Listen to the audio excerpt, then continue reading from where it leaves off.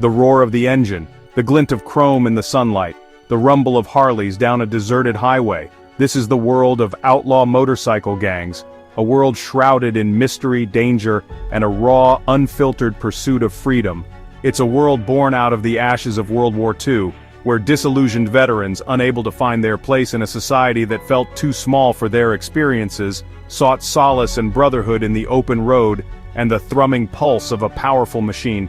They formed clubs, brotherhoods of men bound by their shared love for motorcycles and a yearning for something more than the mundane.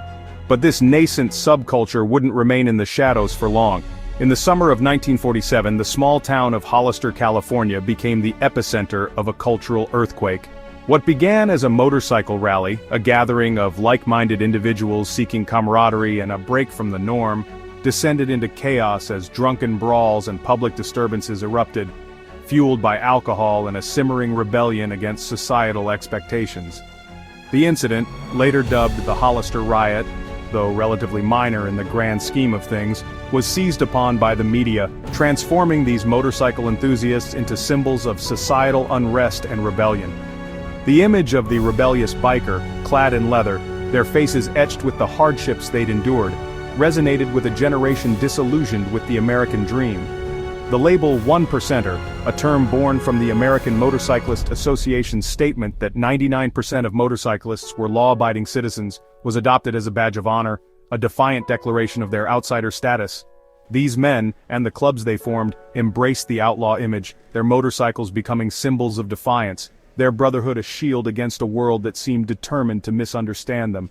And so, the outlaw biker was born, their legend solidified in the annals of American counterculture. To the outside world, biker gangs are often seen as nothing more than lawless thugs, their existence defined by violence, crime, and a blatant disregard for societal rules. While this image is not entirely unfounded, it is a simplification that fails to capture the complex reality of these organizations. At their core, outlaw motorcycle gangs are about brotherhood. They're about finding kinship and acceptance in a world that can often feel cold and unforgiving. Members, often drawn from marginalized backgrounds, find solace and purpose within the ranks of their chosen clubs. They are bound by oaths of loyalty, their allegiance to their brothers absolute. This sense of belonging, of having a place where they are understood and accepted, is a powerful motivator, fostering deep bonds of camaraderie and mutual support. Many clubs engage in charitable activities, raising funds for veterans' causes, supporting local communities, and presenting a philanthropic front that belies their darker activities. However, this brotherhood often comes at a steep price. Outlaw motorcycle gangs, or OMGs as they are known in law enforcement circles, are deeply enmeshed in criminal enterprises. Drug trafficking, arms dealing, extortion, money laundering. These are the currencies they deal in, the means by which they maintain their power and influence. Territorial disputes, often over control of lucrative criminal operations, erupt into violence with alarming regularity, turning quiet towns into battlegrounds as rival gangs clash in a deadly ballet of roaring engines and blazing guns. The brotherhood that binds them together can also be their undoing, as loyalty to the club often supersedes any sense of morality or regard for the law. The world of outlaw motorcycle gangs is a crowded one, with numerous clubs vying for power, territory, and a slice of the illicit pie. Among these, a few stand out, their names whispered in hushed tones, their reputations for ruthlessness and violence preceding them like a storm front. The Hells Angels, perhaps the most notorious of them all, need no introduction. Founded in California in 1948, their name, inspired by a World War II bomber squadron, has become synonymous with the outlaw biker lifestyle.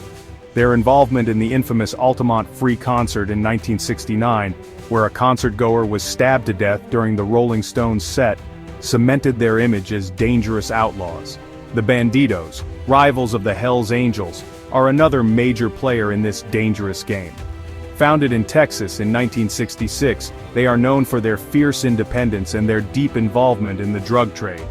The Outlaws Motorcycle Club, claiming to be the original outlaw club, have long been at odds with the Hells Angels, their rivalry a bloody and enduring saga. The Pagans, shrouded in secrecy and known for their extreme violence, are another force to be reckoned with, their influence felt primarily in the mid-Atlantic region. The Mongols, a predominantly Latino club with roots in California, have gained a reputation for their ruthlessness and their growing international presence. And then there are the Sons of Silence, smaller in number but no less dangerous. Their stronghold in the American Midwest. These are just a few of the major players in the world of outlaw motorcycle gangs. Each club has its own history, its own codes of conduct, and its own particular brand of violence. But they are all united by a shared ethos, a belief in the power of brotherhood, and a willingness to do whatever it takes to protect their territory and their way of life. The world of outlaw motorcycle gangs is one of contradictions. It's a world where loyalty and brotherhood exist alongside brutality and violence, where a deep sense of camaraderie can quickly turn to bloodshed.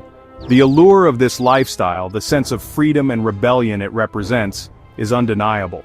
The image of the lone biker, riding off into the sunset, leaving behind the constraints of society, has a romantic appeal that resonates with a certain segment of the population. But this romanticized view ignores the harsh realities of this world. The violence is real, the consequences dire. The Waco shootout of 2015, a clash between rival gangs that left 9 bikers dead and dozens injured, is a stark reminder of the deadly stakes involved. The Great Nordic Biker War, a bloody conflict between the Hells Angels and the Bandidos that raged across Scandinavia in the 1990s, and the Quebec Biker War, a similarly brutal conflict that gripped Canada in the late 1990s and early 2000s, are further testaments to the savagery that these gangs are capable of. The world of outlaw motorcycle gangs is a complex and often terrifying one. It is a world where loyalty is paramount, where brotherhood is forged in blood and steel, and where the pursuit of freedom often comes at a terrible cost. It is a world that continues to fascinate and repel in equal measure, a dark and enduring subculture that exists on the fringes of society, a constant reminder that some wounds, like the roar of a Harley-Davidson engine, never truly fade away.